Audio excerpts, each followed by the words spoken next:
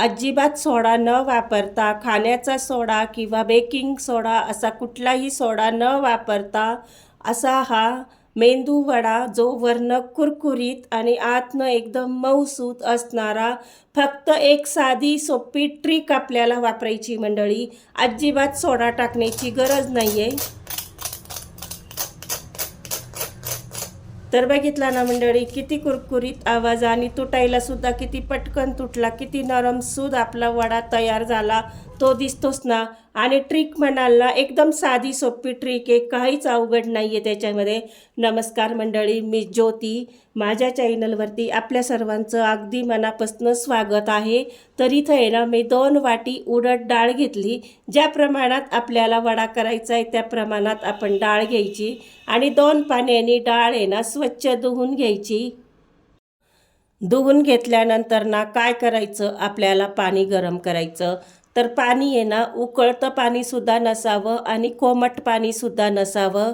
पाणी फक्त कडक तापवलेलं असावं. तर ते कडक तापवलेलं पाणी आहे ना, आपण डाळ भिजत टाकण्यासाठी टाकणार आहे. तर आता ते गरम पाणी डाळीत टाकलं भिजवण्यासाठी आणि त्याला झाकण लावून 30 मिनिटं ठेवायचे. त्याची वाफसुद्धा आपल्याला बाहेर जाऊ द्यायची नाही आहे, फक्त त्याला झाकण लावून ठेवून द्यायचं. त्यानंतर आहे ना, हिरवी चटणी करायची तयारी करू. तर थोडंसं आहे ना, सुकं खोबरं घेतलं, थोडं फुटाण्याचं डाळ टाकली, थोडं चवीपुरतं मीठ टाकलं, थोडं जिरं टाकलं आणि 2 ते 3 हिरवी मिरची टाकली. 2 चमचे दही जाईल त्याच्यामध्ये आणि भरपूर अशी कोथिंबीर टाकायची आणि थोडंसं पाणी टाकून ना मिक्सरला फिरवून घ्यायची. तर चटणी पण आपली तयार झाली मंडळी. थोडंसं मिक्सरचं भांडं धुवून पण मी पाणी टाकलं त्याच्यामध्ये. आता चटणीला फोडणी टाकण्यासाठी ना थोडंसं तेल गरम करून घेतलं. त्यात थोडी मोहरी तडतडली आणि त्यानंतर थोडं जिरं टाकलं, 1 सुकी लाल मिरची टाकली.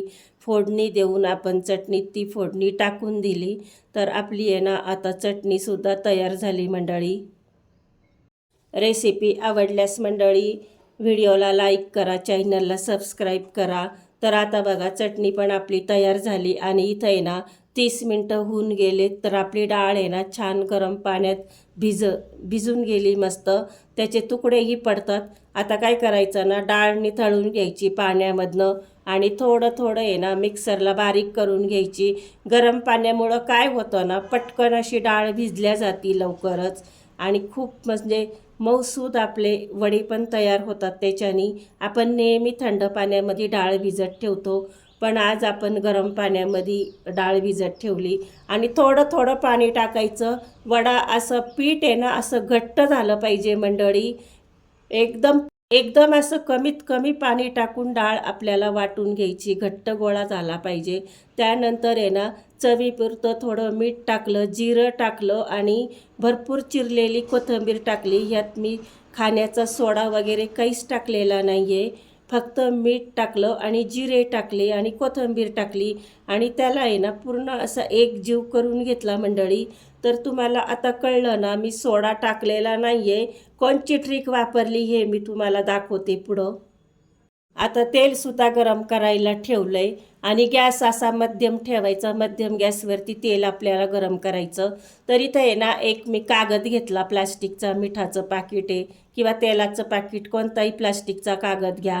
त्यानंतर आहे ना थोडंसं हाताला तेल आणि पाणी दोन्ही असं मिक्स करून हाताला लावून घेतलं आणि कागदाला पण थोडं तेला पाण्याचा हात लावून घेतला. लागून त्या आकाराचा गोळा घ्यायचा आपल्याला, ज्या आकाराचा करायचा त्याला थोडंसं थापायचं आणि मधून थोडं बोटाने असं खड्डं पाडून घ्यायचं. तर बघा किती छान आपला वडा तयार झाला आहे मंडळी. आणि असा एक एक करून सोडायचा. अजून एक वडा मी तयार करून दाखवते. पुन्हा थोडंसं आपण तेल पाण्याचा हात लावून घेतला आणि एक गोळा ठेवून घेतला, त्यावर थोडंसं कसं थापल्यावानी करायचं. त्यानंतर आहे ना बोटाने असं पाण्याचं तेलाचं हात लावून बोटाने असं त्याला एक होल पाडून घ्यायचं. हा दुसरासुद्धा वडा तयार झाला बघा. कागदावर केला ना तर एकदम छान आपले वडे तयार होतात, तसे हातावर पण होतात. तर मंडळी आता कळलं ना तुम्हाला, आपण कोणती ट्रिक वापरली सांगू का? तर आपण आहे ना जे गरम पाण्यामध्ये आपण डाळ भिजत ठेवली होती ना, तर त्यामुळे आहे ना गरम पाण्यात डाळ छान भिजल्या जाती आणि त्यामुळे ना आपल्याला खाण्याचा सोडा किंवा बेकिंग पावडर टाकायची अजिबात गरज पडत नाही मंडळी. फक्त एक साधी सोपी ट्रिक आहे की ती फक्त गरम पाण्यामध्ये आपल्याला डाळ भिजत ठेवायची आहे की नाही. साधी सोपी ट्रिक सांगा. तर मंडळी, हा झाला बिना सोड्याचा मेंदू वडा. आणि मध्यम गॅसवरती आहे ना शेवटपर्यंत वडा असा तळून घेतला, जो आतपर्यंत तळल्या जाईल असा.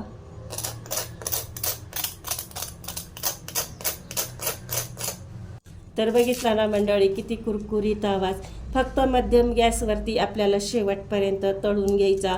तर आवडली की नाही मंडळी ही ट्रिक सांगा.